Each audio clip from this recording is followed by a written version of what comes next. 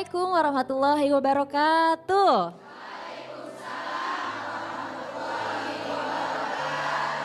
Bunda. Alhamdulillah senang sekali saya Zizi Syahab hadir menemani Anda dalam acara Kajian Hati. Alhamdulillah hari ini kita sudah berkumpul di Masjid As-Sofia di Bogor. Sudah ada Ustadz Hilman Fauzi di sini. Assalamualaikum Ustadz. Waalaikumsalam warahmatullahi wabarakatuh. Sehat semangat puasanya? Alhamdulillah selalu sehat Masya dan Allah. terus bersemangat. Untuk tema hari ini Masya Allah judulnya adalah jangan mengejar dunia berlebihan karena akhirat yang jadi tujuan.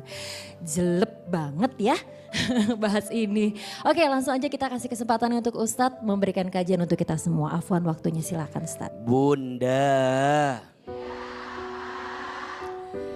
jangan terlalu berlebihan dengan urusan dunia karena tujuan kita adalah akhirat. Di dalam Al-Quran surat Al-Qasas ayat 77. Allah subhanahu wa ta'ala berfirman, A'udzubillahi minasyaitonir rajim, wabtaghi fima atakallahu darul akhirah, wala tansa nasibaka minad dunya. Kata Allah, dan carilah keutamaan akhirat. Carilah kebahagiaan akhirat. Dan jangan lupakan urusan dunia. Dunia itu bukan tidak boleh dicari, bukan. Silahkan dicari. Tapi jadikan dunia sebagai jalan untuk mendapatkan akhirat. Dunia itu jangan dihindari. Silahkan dapatkan, tapi pastikan setiap kita mendapatkan dunia jadi jembatan untuk mendapatkan akhirat kita. Jawab yang keras, boleh nggak kita jadi orang yang kaya? Dengan syarat kekayaannya jadi jalan buat tambah dekat dengan Allah. Boleh nggak kita punya pangkat jabatan? Boleh, tapi tolong pastikan pangkat jabatan yang Allah berikan digunakan untuk kehidupan akhirat. Dunia ini gak lama bunda sayang, sebentar. Betul? Setidaknya ada 4 ciri kehidupan dunia yang harus kita pahami agar kita lebih bahagia hidup di dunia. 1, dunia ini waktunya singkat, padat, cepat. Semua akan pergi meninggalkan dunia, bertemu dengan yang namanya kematian. Kullu nafsin dha'iqatul maut. Kita ini semuanya camat. Apa itu camat? Calon mati, betul? Cuman AA gak tahu waktunya. Yang kedua, dunia ini sifatnya permainan dan senda gurau belaka. Wa mal hayatud dunya illa la'ibun walahwun. Dan adapun kehidupan dunia ini permainan dan senda gurau. Ada yang datang, ada yang pergi. Betul? Ada yang bikin kita tertawa, ada yang bikin kita menangis. Betul? Ada yang bikin kita nerima, ada yang bikin kita kecewa. Betul? 3, dunia ini tempatnya ujian. Betul? Tidak ada satupun yang hidup di dunia yang tidak diuji dalam hidupnya. Yang keempat, dunia ini tempatnya ibadah. Wa ma khalaqtul jinna wal insa illa liya'budun. Dan tidaklah aku ciptakan jin dan manusia kecuali untuk apa? Beribadah kepada Allah Subhanahu wa taala. Maka silahkan cari dunia. Silahkan dapatkan dunia, tapi jangan berlebihan. Karena dunia bukan tujuan. Dunia hanyalah jalan dan jembatan untuk mendapatkan akhirat yang selamanya. Betul? Ada satu doa. Doa ini doa favorit yang tidak pernah lepas dibacakan oleh Nabi Muhammad Sallallahu Alaihi Wasallam. Isinya agar kita bahagia di dunia dan di akhirat. Bismillahirrahmanirrahim. Rabbana atina fid dunya hasanah wa fil akhirati hasanah wa qina azabannar. Amin.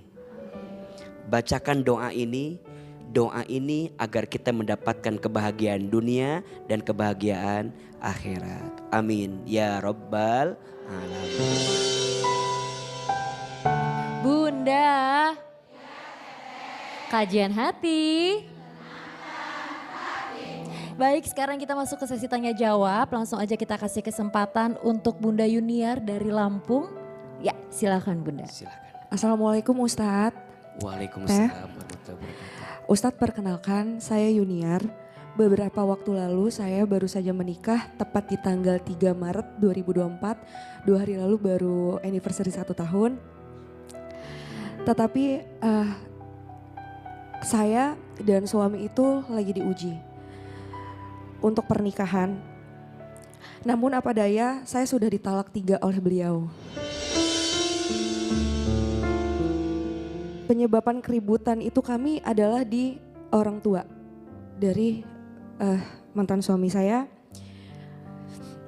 Seringkali saya membaca percakapan dia dan mamahnya seperti kayak menjelek-jelekan saya, atau kayak ada salah satu yang terakhir saya baca itu. Kemudian yang terakhir di bulan Desember,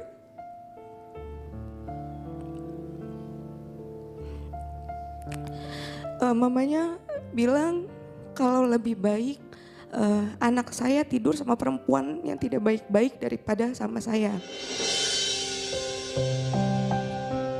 Dan yang saya lebih hancurnya itu Ustadz, saya itu selalu mendapatkan kekerasan verbal dan non-verbal. Setiap ribut itu ada beberapa juga saya di KDRT. Yang saya sedih lagi, sampai detik ini suami saya itu tidak pernah memulangkan saya secara baik-baik kepada orang tua saya. Sekarang saya lagi menjalani proses perceraian. Saya ada pertanyaan ke Ustadz, untuk rumah tangga kan harusnya yang menjadi nahkoda itu suami. Tapi bagaimana hukumnya jika mertua masih mencampuri urusan rumah tangga anaknya, bukan menasehati malah memanasi pertengkaran, bahkan menyuruh anaknya untuk bercerai. Dan satu lagi Ustadz, pertanyaan saya tuh selalu dihantui rasa sakit hati. Kayak omongan mamahnya itu yang ngebuat saya sakit. Bahkan saya tuh harus menjalani ke psikiater. Setiap saya mengingat itu selalu kayak dada saya sesak gitu Ustadz. Jadi kayak apa yang harus saya lakuin ya gitu. Dan saya tuh selalu dijudge sama suami saya yang tidak baik gitu. Padahal sebisa saya selalu introspeksi diri. Saya juga banyak kurang Ustadz. Tapi maksud saya, apakah semua salah di saya? Itu yang saya pikirin sih Ustadz. Dan bagaimana saya cara menanggapinya sih. Sekian, terima kasih Ustadz. Baik. Assalamualaikum. Baik, sebelum AA jawab, tadi AA mendengar ada ucapan talak. Bahkan talak 3. Itu langsung terucap talak 3 atau talak 1, 2, 3 atau seperti apa? Setiap saya ribut Ustadz, saya sudah sekitar ada 4 atau 5 kali ribut dalam berumah tangga setelah menikah itu. Yang besar itu setiap ribut pertama talak pertama. Kemudian ribut lagi kedua, talak kedua. Yang ketiga talak 3. Dia bilang, lo gue talak, lo udah bukan istri gue lagi. Kalau AA menyimak apa yang tadi Mbak Yuniar kisahkan, ini ada campur tangan orang tua yang terlalu dominan di rumah tangga anaknya. Betul, nahkoda rumah tangga itu suami. Ar-rijalu qawwamuna 'alan nisa. Laki-laki itu, suami itu pemimpin bagi perempuan. Maka sekarang mohon maaf ya, tanpa mendiskreditkan satu pihak.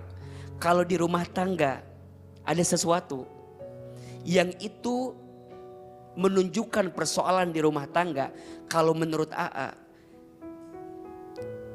kalau ada pertanyaan siapa yang salah, tentu dua-duanya punya kans berbuat kesalahan.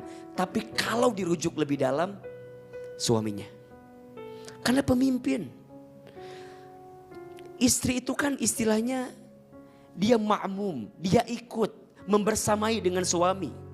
Suami itu imam, dan ingat, imam itu dibentuk, bukan diciptakan. Siapa yang membentuknya? Lingkungan, termasuk juga bunda sebagai pasangan, termasuk jauh sebelum itu keluarga dari pihak suami. Maka sekarang biasanya kan begini ya, biasanya istri itu biasanya berselisihnya dengan ibu dari laki-lakinya. Betul nggak? Sampai sering ada kalimat, kamu pilih siapa? Ibumu atau istrimu? Gitu kan? Ibu jangan pernah merasa kehilangan ketika anak laki-lakimu menikah dengan yang lain. Betul? Berikan keleluasaan, berikan dia kemandirian, berikan dia peluang untuk menghadirkan kebaikan. Betul, sampai kapanpun anak laki-laki itu milik siapa? Ibunya. Tapi ibu yang baik akan mengajarkan anak laki-lakinya untuk sayang sama istrinya. Bukan malah merendahkan istrinya. Kita gak boleh bilang sama anak laki-laki kita, kamu mah punya istri tuh beda sama mama. Kamu mah punya istri tuh begini-begini. Shh, bunda, ayo belajar. Coba menantu bunda. Kalau kita bisa menempatkan perasaan pada seseorang yang lain, kita tuh akan jauh lebih peka terhadap hati seseorang. Maka ngasih nasihat orang tua sama anak boleh atau tidak? Boleh. Ngasih arahan boleh. Ngasih saran boleh? Boleh. Tapi jangan terlalu ikut campur lebih dalam. Bahkan dalam memutuskan sesuatu pun, coba belajarlah untuk lebih melembutkan hati. Agar anak kita, rumah tangganya tumbuh dalam kedewasaan. Tumbuh dalam kebaikan. Dan juga sebaliknya. Kita belajar ya, untuk tidak terlalu sering menceritakan kekurangan pasangan kita kepada orang tua kita. Orang tua mah taunya yang baik-baiknya saja. Karena mohon maaf, kalau saling menceritakan kekurangan, pasti sudut pandangnya berbeda-beda. Betul? Yang anak laki-laki ceritain sama orang tua tentang istrinya, pasti beda pandangannya. Yang istri ceritain kelakuan suami sama keluarganya, pasti beda cara pandangnya. Belajar, tidak harus semua diceritakan kepada orang tua kita. Termasuk kekurangan pasangan kita. Rumah tangga itu harus saling menjaga. Rumah tangga itu harus saling memahami satu sama lain. Bayuniar, semua sudah berproses. Tidak harus ada yang disesali dalam hidup. Terus melangkah dalam kebaikan. Rumah tanggamu mungkin tidak berlangsung lama. Tapi jangan pernah bersedih hati. Karena boleh jadi Allah membuat engkau seakan sakit dengan kejadian kemarin. Bukan untuk menghancurkanmu. Tapi justru untuk menguatkanmu bahwa hidup ini harus ada ujiannya. Kalau hidup ini baik-baik saja, maka di mana kita mendapatkan pahala sabar? Betul? Selalu ada hikmah yang Allah titipkan di dalamnya. Dan ke depan belajar ya, hati-hati memilih pasangan. Hati-hati dalam menentukan jalan.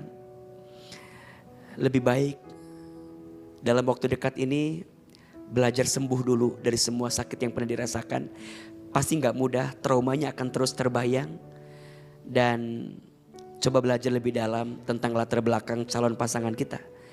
Ibu sayang, bunda sayang, pemirsa, kita itu menikah bukan hanya menyatukan dua hati yang saling mencintai. Tapi menikah itu menyatukan dua keluarga yang saling mengerti dan saling memahami. Bukan tentang aku mencintaimu, kamu mencintaiku, bukan. Tapi di belakang itu keluargamu nerima aku apa enggak. Terus saat kamu masuk di hidup aku, kamu nerima keluargaku atau tidak. Tapi percayalah bahwa Allah akan mengobati rasa sakit hatimu dengan kebaikan setelah ini. Fa inna ma'al usri yusra, inna ma'al usri yusra. Maka sesungguhnya bersama kesulitan akan ada kemudahan. Sesungguhnya bersama kesulitan akan ada kemudahan. Insya Allah. Mertua itu aku sih nggak tahu ya dia seperti apa yang detailnya. Cuma yang aku lihat waktu sebelum nikah itu baik.